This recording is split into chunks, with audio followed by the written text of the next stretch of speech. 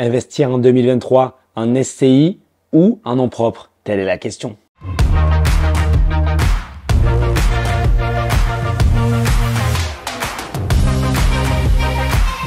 Hello à quoi? Hello mon cher entrepreneur, ici Julien Manello, j'espère que tu vas bien. La patate.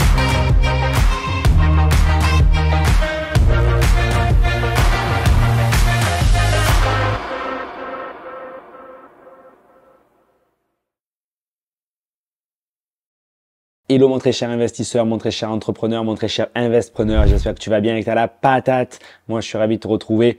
On va aujourd'hui traiter d'une question récurrente. Est-ce qu'il vaut mieux investir en nom propre, c'est-à-dire sous les régimes du loueur meublé non professionnel ou du loueur meublé professionnel, ou au travers d'une société, SCI, à l'IS, SAS, SARL, ok, mais à l'impôt sur les sociétés. On va pas être exhaustif dans cette vidéo, je vais essayer simplement de te résumer les principaux avantages de chacune de ces stratégies, de façon à ce que tu puisses choisir assez facilement. Premièrement, on va parler des SCI à l'impôt sur les sociétés et du coup, je vais généraliser en incluant les SAS, les SARL à l'impôt sur les sociétés. Parce que au final, les avantages et les inconvénients d'une certaine ordre de grandeur sont les mêmes dans cette classe, dans ce type de véhicule d'investissement. Donc, investir en société, ça a le principal avantage déjà d'organiser une gestion beaucoup plus claire des risques, des responsabilités, des engagements des divers associés. Donc, clairement, si vous investissez à plusieurs, que ce soit en famille, entre amis, avec des enfants, peu importe, la société sera beaucoup plus avantageuse, beaucoup plus facile dans la gestion parce qu'on évitera d'être en indivision. Indivision, c'est quand on achète un bien immobilier en nom propre à deux. Et là, la loi dit que nul ne peut rester en indivision. Donc si un ou l'autre des acheteurs décide de vendre, la vente devra se faire en fait. Mais les conditions vont être à déterminer et bien souvent ça sera la guerre. Alors que, de par les statuts d'une société, on peut éviter ce type de situation.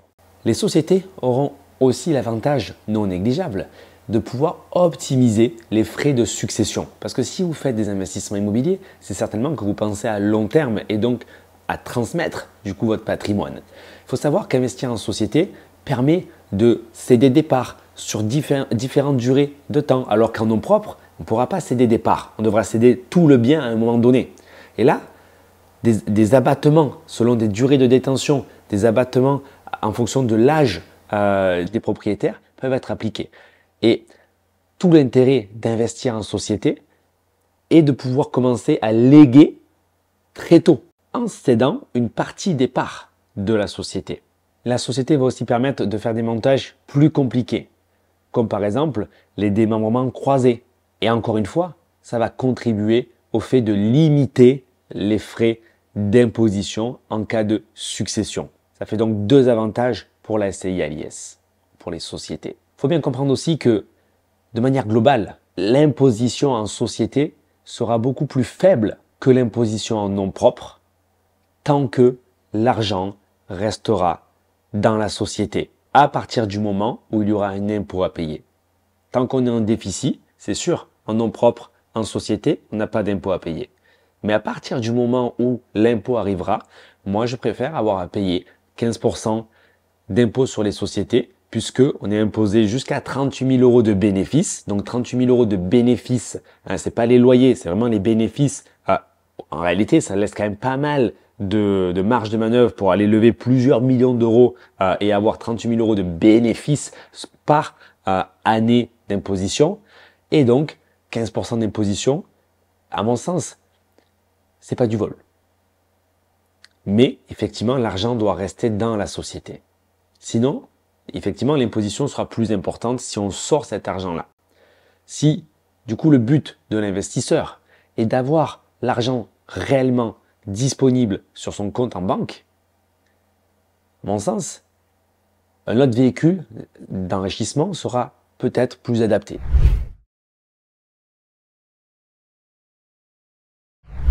Comme les investissements en nom propre, au travers du coup du loueur meublé professionnel ou du loueur meublé non professionnel. Ces deux régimes ont l'avantage de vous permettre de ne pas payer d'impôts. L'argent sera directement disponible sur votre compte personnel. Vous ne paierez pas d'impôts tant que vous serez un résultat comptable négatif. C'est le principal avantage de ce régime d'imposition. La contrepartie est que si jamais on devient imposable, alors l'imposition va être très importante. Et ça, il faut le surveiller comme le lait sur le feu. Parce que si un jour, du coup, on arrive à être un résultat comptable positif, alors il y aura 17% de cotisation sociale à payer, en plus d'un taux d'imposition équivalent à votre tranche marginale d'imposition de vos revenus globaux. Ce qui veut dire qu'en réalité, ça fait presque 50% si vous êtes dans une TMI à 30%. Le dernier avantage d'investir en nom propre est aussi pour la revente.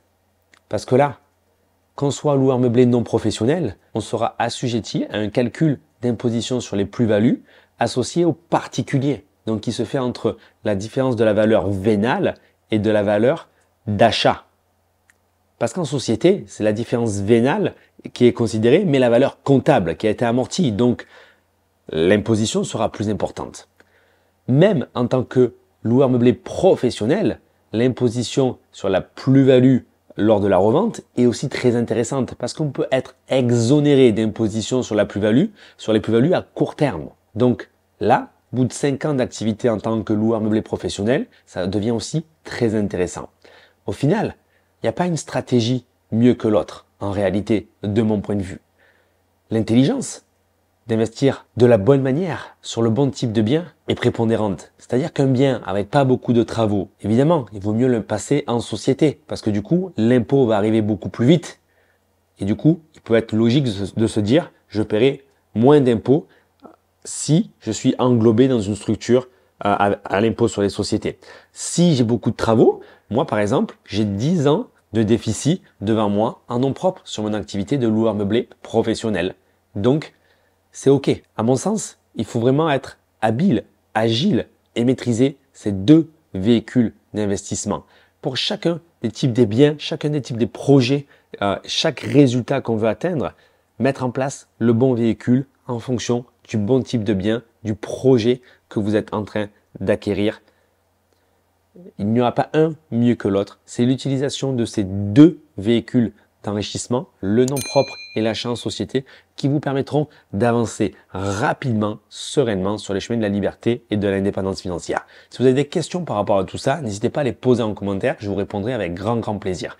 Vous pouvez aussi télécharger des e-books en description de cette vidéo, dans lesquels vous allez retrouver les bases d'une bonne maîtrise de votre fiscalité.